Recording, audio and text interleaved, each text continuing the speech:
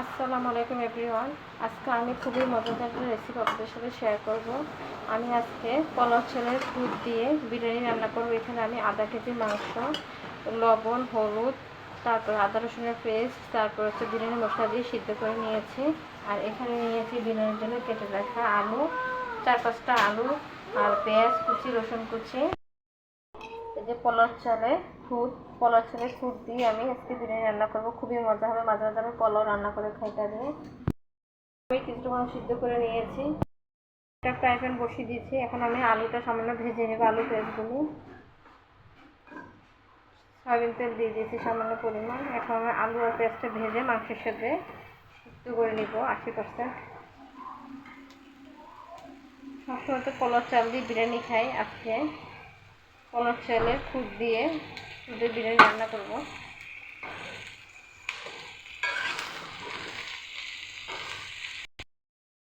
লবণ,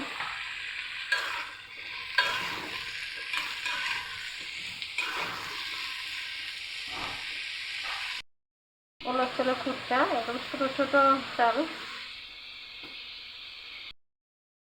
দুটা মরিচ দিয়ে দিলাম শুকনো, তার সামান্য হলুদ ছিটে দিলাম।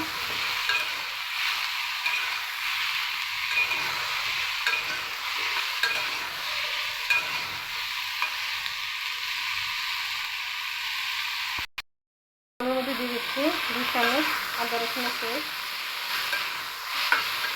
আলুটা ভালো মতন ভাজা হয়ে গেছে।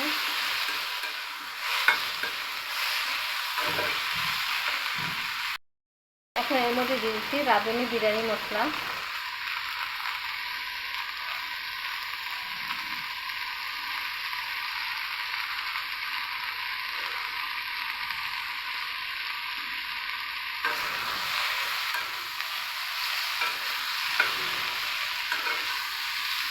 এখন এর মধ্যে সামান্য করে পানি দিয়ে মশলাটা আমি কষিয়ে নেব। তারপরে পানি দিয়ে দিচ্ছি। এখন এই মশলাটা আমি গরুর মাংসের মধ্যে দিয়ে দিব। আলু মশলাটা আমি ঢেলে দিচ্ছি।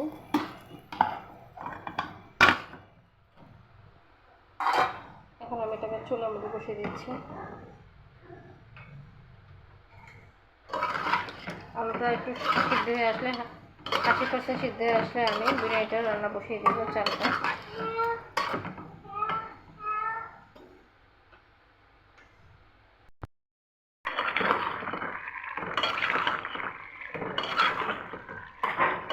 মশলাটা ওটা ভালো তো সিদ্ধ হয়ে গেছে। এখন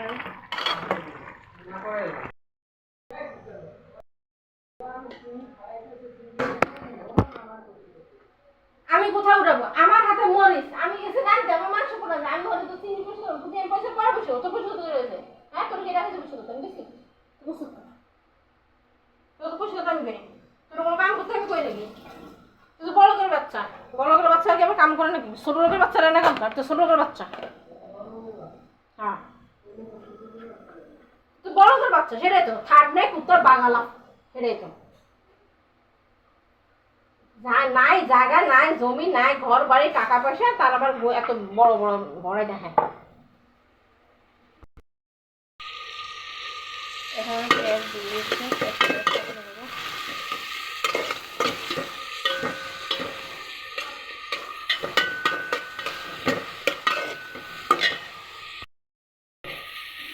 বিরিয়ানি গরুর মাংস আর খুদের চাল দিয়ে বিরিয়ানি রান্না করব। পেঁয়াজটা ভেজে নিচ্ছি, পেঁয়াজটা বানিয়ে নিচ্ছি। এখন আমি খুদের চালটা দিয়ে দিয়েছি। এখন আমি চালটা ভেজে নেব পেঁয়াজের সাথে।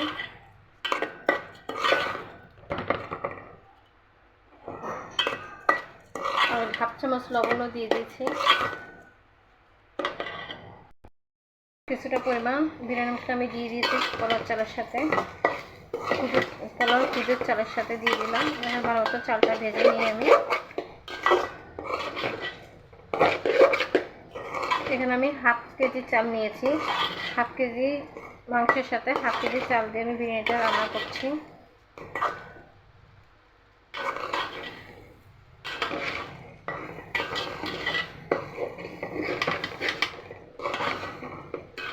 যত ভালোভাবে চালটা ভাজা যাবে ততই বিরিয়ানিটা অনেক মজা হবে।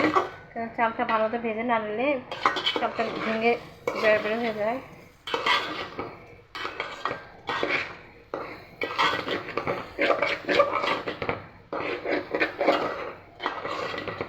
চালটা মোটামুটি ভাজা হয়ে গেছে, এখন আমি পানি দিয়ে দেবো।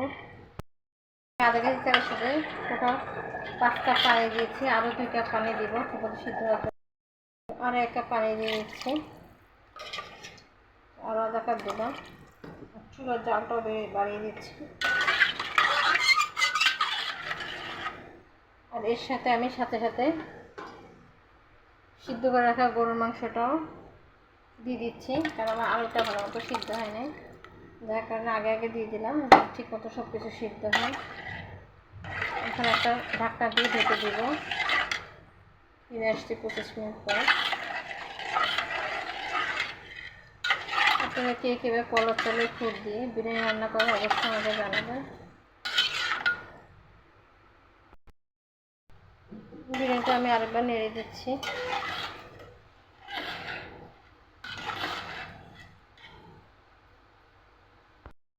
আমি কয়েকটা আমার বাগানের গাছে পুদিনা পাতা নিয়ে আসছি ছিঁড়ে, এই পুদিনা পাতা কয়টা কুচি করে আমি দিয়ে দিচ্ছি হাত দিয়ে ডলে, যেন বিরিয়ানির স্বাদটা ভালো লাগে।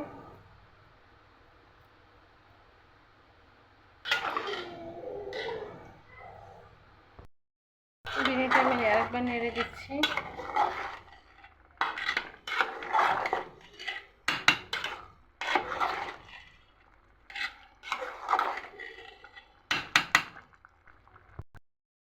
বিরিয়ানিটা আমার প্রায় হয়ে গেছে, আরও কিছুক্ষণ চুলাতে রাখলে হয়ে যাবে।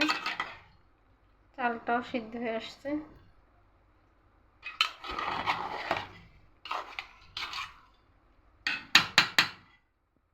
আমার রেসিপিটা আপনাদের কেমন হয়েছে অবশ্যই কমেন্ট করে জানাবেন।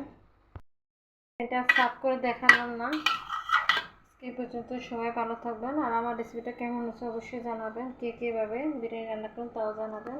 আল্লাহ হাফেজ।